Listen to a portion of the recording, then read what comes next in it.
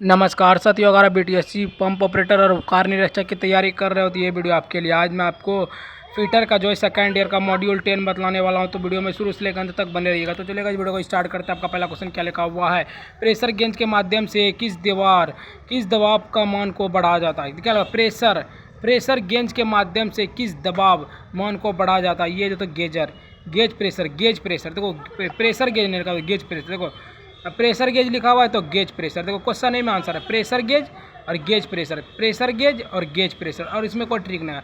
अगर ट्रिक लगे हुआ तो क्या लगेगा? प्रेशर गेज मतलब प्रेशर आता है, पहले प्रेशर उसके बाद गेज मतलब गरजने रहता है। अगर मान लो प्रेशर आएगा तो गरजेगा तो गेज प्रेशर, तो प्रेशर आएगा तो गरजेगा तो गेज प्रेशर। ये कोई ट्रिक है, ये एकदम राइट आंसर होगा। अगला क्वेश्चन की बात करते हैं। दूसरा नंबर क्वेश्चन क्या करा है? पाइपलाइन में प्रवाह के महीन नियंत्रण फाइल कंट्रोलर के लिए किस वाल्व का उपयोग किया है दोस्तों? Needle valve. क्या लगा? पाइपलाइन के प्रभाव के महीन, तो क्या बोला? नीडल मतलब देखो, पाइपलाइन के पर पाइपलाइन लाइन मारता है, देखो पाइपलाइन मतलब पाइप मतलब लाइन मारता है क्या? नीडर वाल्व। मतलब नीडर होकर कोई लाइन मारता है, नीडल प्रभाव। एक यही ट्रिक है देखो, पाइपलाइन के प्रभाव, पाइप को हटा और प्रभाव को खाली लाइन जो मारता है वो नीडल के मारता है, मतलब नीडर से, तो नीडल प्रभाव, नीडल वाल्व।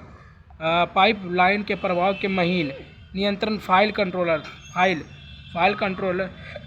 किस वाल्व का उपयोग किया? फाइल कंट्रोलर के तो नीडल वाल्व मतलब फाइल क्या होता है? कोई फाइल लेके जा, नीडर होकर लेके जाता, तो नीडल वाल्व। सी एकदम राइट आंसर होगा। अगला क्वेश्चन की बात करते हैं। तीसरा नंबर क्वेश्चन क्या करा दे? तो बल की गणना के लिए सूत्र का उपयोग किया। बल की गणना करने के लिए किस सूत्र का उपयोग किया था? ये दोस्तों प्रेशर गुना एरिया। देखो प्रेशर रहेगा, उसके बाद फिर गुना एरिया रहेगा। मतलब जहाँ प्रेशर होगा वहीं एरिया होगा। मतलब अच्छा एरिया में प्रेशर रहता है। देखो गुना में रहेगा तो बल की गणना करने के लिए किस सूत्र का? बल मतलब जिसको बल रहेगा, तो बल ज़्यादातर कहाँ था? प्रेशर में रहता है। तो प्रेशर गुना एरिया मतलब बल जो रहता है वो गुना रहता है। मतलब नॉर्मली शहर से गुना, दूसरे गुना में मतलब दूसरे शहर में बिहार में जो प्रेशर होता है, प्रेशर गुना एरिया। तो इसका राइट आंसर होगा बी।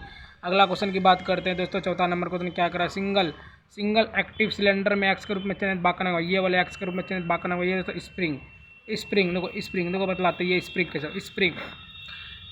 स्प्रिंग देखो, ये वाले भाग को क्या कहते हैं? स्प्रिंग कहते हैं। देखो ये एक वाले भाग ना है, यहाँ कहता हूँ स्प्रिंग, 4 स्प्रिंग इधर, 4 स्प्रिंग इधर, ये सब स्प्रिंग होकर यहाँ क्या होता है? एक जॉइंट होता है, तो क्या होगा? स्प्रिंग। तो पहला वाला भाग को क्या कहते हैं? स्प्रिंग कहते हैं। स्प्रिंग देखो, पहले वाले भाग में पहला भाग क्या? स्प्रिंग। उसके बाद जो सब नॉर्मली जो है ठप स्प्रिंग की तरह उतना कम काम करता है, तो पहला वाले भाग को क्या कहते हैं? स्प्रिंग कहते हैं। स्प्रिंग तो एक वाले भाग को तो स्प्रिंग कहते हैं। स्प्रिंग पहले वाले भाग को कहते हैं स्प्रिंग कहते हैं। सिंगल लोग क्या करता है? स्प्रिंग की तरह काम करता है, तो सिंगल लोग स्प्रिंग। तो पहले वाले भाग को कहते हैं स्प्रिंग कहते हैं। ये वाले भाग को क्या कहते हैं? स्प्रिंग देखो, ये स्प्रिंग की तरह जो ये जाता है, ये क्या है? जैसे गुल्ली की तरह, गुल्ली क्या होता है? एकदम गोल रहता है, स्प्रिंग। तो सी एकदम राइट आंसर होगा। अगला क्वेश्चन की बात करते हैं। 5वां नंबर, सिलेंडर आउटपुट फोर्स का फार्मूला क्या है? सिलेंडर आउटपुट फोर्स का जो फार्मूला होता है, वो फार्मूला होता है दोस्तों, वह फार्मूला आता है बराबर गुना, क्या लगा हुआ? देखो यहाँ फार्मूला, ये सी नंबर है, एफ बराबर पी गुना ए बटे 10। एफ बराबर पी गुना ए बटे 10। देखो एफ बराबर पी गुना, देखो सिलेंडर जो होता है वो होता है 14 से ऊपर, तो गुना आ जाएगा। ऐसे ही मान लो 14 से ऊपर होता है तो गुना आता है। तो सिलेंडर आउटपुट मतलब आउटपुट फोर्स का फार्मूला क्या होता है? सिलेंडर आउटपुट फोर्स का जो फार्मूला होता है एफ बराबर पी गुना, मतलब पी हो गया पी गुना ए, एफ बराबर पी गुना ए बटे 10, एफ बराबर पी गुना ए बटे 10, एफ बराबर पी गुना मतलब गुना में आएगा। सिलेंडर का फार्मूला गुना में आएगा। सिलेंडर आउटपुट मतलब आउट है, तो एफ मतलब एफ बराबर पी गुना 10, एफ बराबर पी गुना ए बटे 10, एफ बराबर पी गुना ए बटे 10, पी गुना ए बटे 10। मतलब सिलेंडर का जो फार्मूला, सिलेंडर क्या होता है? अधिक होता है, तो अधिक हो तो नीचे आएगा, तो पी गुना 14 से जो है गुना होता है सिलेंडर, तो पी गुना ए बटे 10, 14 का पी से अधिक होता है, तो पी गुना ए बटे 10। तो सी एकदम राइट आंसर होगा। अगला क्वेश्चन की बात करते हैं। 6वां नंबर क्वेश्चन क्या करा है दोस्तों? किस प्रकार के फिल्टर से पंप को तरल पदार्थ के लिए दूषित होने से बचाने के लिए जो मदद करता है? ये दोस्तों सक्शनल फिल्टर। देखो इस प्रकार के फिल्टर, देखो फिल्टर लगा के क्या होता है अपना मतलब सक्शनल मतलब जो पहले से जितना है उससे ज़्यादा गोरी हो जाता है। तो क्या किस प्रकार के फिल्टर में पंप पंप जो होता है पंप मारता है क्या होता है सेक्शनल पंप मारता है। देखो पंप आ गया ना, देखो फिल्टर पंप के तरल के दूषित करने से बचाने के लिए जो मदद मिलता है वो सेक्शनल फिल्टर, मतलब सेक्शनल। देखो पंप और दूषित, मतलब देखो पहले फिल्टर लगा के पंप करता है, उसके बाद जो है दूषित होता है, जो दूषित होगा वो क्या होगा, जो दूषित होता है उसे कहते हैं सेक्शनल, मतलब सेक्शनल करने के बाद जो है उसको पता लगा ये दूषित है, तो सेक्शनल फिल्टर ये एकदम राइट आंसर होगा। अगला क्वेश्चन की बात करते हैं 7वां नंबर क्वेश्चन, फिल्टर का प्रकार क्या है। ये जो फिल्टर का प्रकार है इसका प्रकार क्या है, ये है दोस्तों मैकेनिकल फिल्टर, मैकेनिकल। देखो मैकेनिकल कैसे होगा, यहाँ देखो ये आधा काम हो गया तो क्या होगा मैकेनिकल के द्वारा, तो मैकेनिकल फिल्टर मैकेनिकल मतलब यहाँ से आधा निकल गया तो निकल गया ना, तो मैकेनिकल। देखो ये आधा निकल गया तो मैकेनिकल मतलब मैकेनिकल आधा निकल गया तो मैकेनिकल फिल्टर, आधा निकल गया तो मैकेनिकल फिल्टर, तो इसका राइट आंसर होगा बी। अगला क्वेश्चन की बात करते हैं दोस्तों 8वां नंबर क्वेश्चन क्या करा है, हाइड्रोलिक पंप में फिल्टर सक्शनल लाइन में क्यों फिट किया जाता है। ये दोस्तों बाहरी पदार्थ को रोकने के लिए, देखो हाइड्रोलिक पंप में फिल्टर सक्शनल लाइन जो होता है लाइन में क्यों फिट किया जाता है, बाहरी पदार्थ को रोकने के लिए। बाहरी पदार्थ को देखो हाइड्रोलिक पंप जो पंप मारता है वह फिल्टर में सेक्शनल लाइन में, मतलब सेक्शनल लाइन देखो सेक्शनल जो लाइन होता है वो कहाँ होता है, बाहर में होता है। सेक्शनल लाइन मतलब जो सेक्शनल जो लाइन होता है वो कहाँ होता है, बाहर में होता है। तो ये जो बाहर में होता है ये होता है बाहरी पदार्थ को रोकना, बाहरी सेक्शनल जो होता है वो बाहर में होता है, तो सेक्शनल जो होता है वो बाहर में होता है, ये भी ठीक हो सकता है। तो देखो हाइड्रोलिक पंप मान लो पंप मारा है, कोई पंप मारा है तो उसके जो फिल्टर सेक्शनल जो लाइन में फीड होता है, सेक्शनल लाइन होता है, तो सेक्शनल जो होता है वो बाहर में होता है, पंप भी मारता है बाहर में होता है, बाहरी पदार्थ को रोकने के लिए, भी एकदम राइट आंसर होगा। अगला क्वेश्चन की बात करते हैं 9वां नंबर क्वेश्चन क्या करा है दोस्तों, हाइड्रोलिक सिस्टम में दिशा नियंत्रण वाल्व का उद्देश्य क्या है। हाइड्रोलिक सिस्टम में दिशा नियंत्रण वाल्व का जो उद्देश्य है दोस्तों खोलना या बंद करना। देखो हाइड्रोलिक सिस्टम में दिशा नियंत्रण वाल्व का उपयोग क्या है, तो खोलना और बंद करना वाल्व। देखो हाइड्रोलिक क्या होता है, मतलब हाइड्रोलिक जो होता है वो खोलना और बंद होता है। अगर हाइड्रोलिक बोलता है ना, हाइड्रोलिक जो होता है वो क्या होता है, खोलना और बंद करना। देखो हाइड्रोलिक सिस्टम मतलब सिस्टम पूछा और हाइड्रोलिक में पूछा, ये जो होता है ये होता है खोलना और बंद करना। खोलना पहले खोल के देखता है फिर उसके बाद जो बंद कर देता है तो वो चेकअप करता है।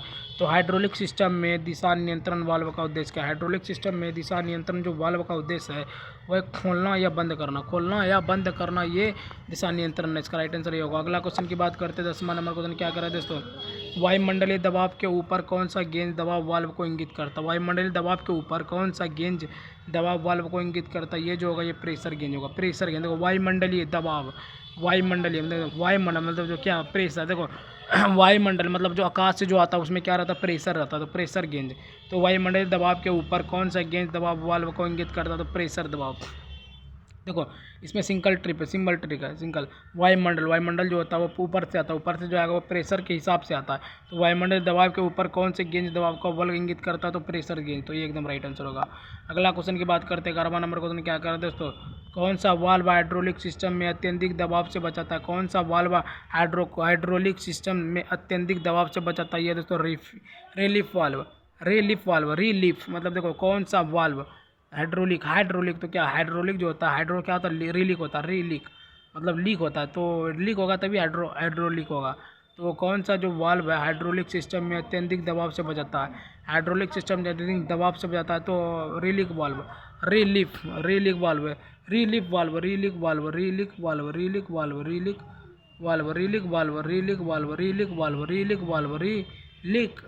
मतलब होता है, लीक होता है तभी जो है हाइड्रोलिक होता है। तो कौन सा जो वाल्व है, कौन सा वाल्व हाइड्रोलिक सिस्टम में अत्यधिक दबाव से बचाता है। अत्यधिक जो हाइड्रोलिक सिस्टम जब बताता है तो रिलीफ मतलब लीफ होता है तभी हाइड्रोलिक होता है, तो इसी एकदम राइट आंसर होगा। अगला क्वेश्चन की बात करते हैं 12वां नंबर क्वेश्चन क्या लिखा हुआ है दोस्तों, द्रव्य के प्रवाह की दिशा को नियंत्रित करने के लिए कौन से वाल्व का उपयोग किया था। यह दोस्तों दिशात्मक नियंत्रण वाल्व। दिशात्मक देखो द्रव्य क्या हो गया, द्रव्य के वाल्व तो दिशा में आत्मक होता है, तो द्रव्य क्या हो गया समझ लो, दिशा द्रव बोलता है ना, द्रव हो गया समझ लो बल्ब हो गया, तो बल्ब क्या होगा दिशात्मक नियंत्रण वाल्व। देखो द्रव के प्रवाह की दिशा को नियंत्रित करने के लिए कौन से वाल्व का को वाल लिखा हुआ है तो मतलब दिशात्मक नियंत्रण, दिशात्मक नियंत्रक, दिशात्मक। द्रव के प्रभाव, द्रव द्रव हो गया समझ लो, द्रव बोलता नहीं, द्रव के समझ लो बल्ब, तो बल्ब क्या होता है, दिशात्मक होता है, दिशात्मक मतलब द्रव जो होता है वो दिशात्मक में होता है, तो दिशात्मक बल्ब। देखो द्रव के प्रभाव की दिशा को नियंत्रित करने के लिए, द्रव के प्रभाव की दिशा को नियंत्रित करने के लिए कौन से वाल्व का उपयोग होता है, दिशात्मक, दिशात्मक, दी मतलब दी, द्रव क्या हो गया मतलब दी, द्रव द्रव बोलता नहीं, ये द्रव, ये अद्भुत द्रव है, बोलता नहीं द्रव, ये तो दिशात्मक मतलब दिशात्मक है, वो दिशात्मक नियंत्रण वाल्व है, दिशात्मक नियंत्रण, डी एकदम राइट आंसर होगा। अगला क्वेश्चन की बात करते हैं 13वां नंबर, न्यूमेट्रिक में किस उपकरण का उपयोग संपीड़न दबाव के दबाव ऊर्जा को यांत्रिक ऊर्जा में परिवर्तित करता है। ये जो यांत्रिक ऊर्जा में परिवर्तित करेगा, यह करेगा दोस्तों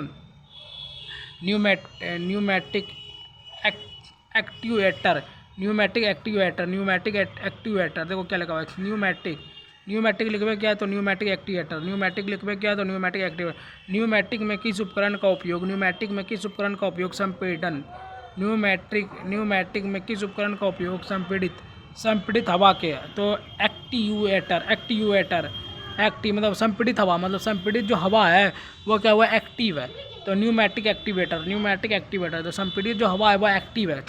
देखो न्यूमेटिक में किस उपकरण का उपयोग जो संपीड़ित हवा जो है वह एक्टिव है, अभी भी एक्टिव है, संपीड़ित हवा में दबाव भी ऊंचा को यांत्रिक ऊर्जा में परिवर्तित क्या करता है, तो न्यूमेटिक एक्टिवेटर, ये एकदम राइट आंसर होगा। अगला क्वेश्चन की बात करते हैं 14वां नंबर क्वेश्चन क्या करा दोस्तों, प्रेशर की गणना करने के लिए किस सूत्र का उपयोग किया, प्रेशर की गणना करने के लिए फोर्स बटे एरिया, फोर्स।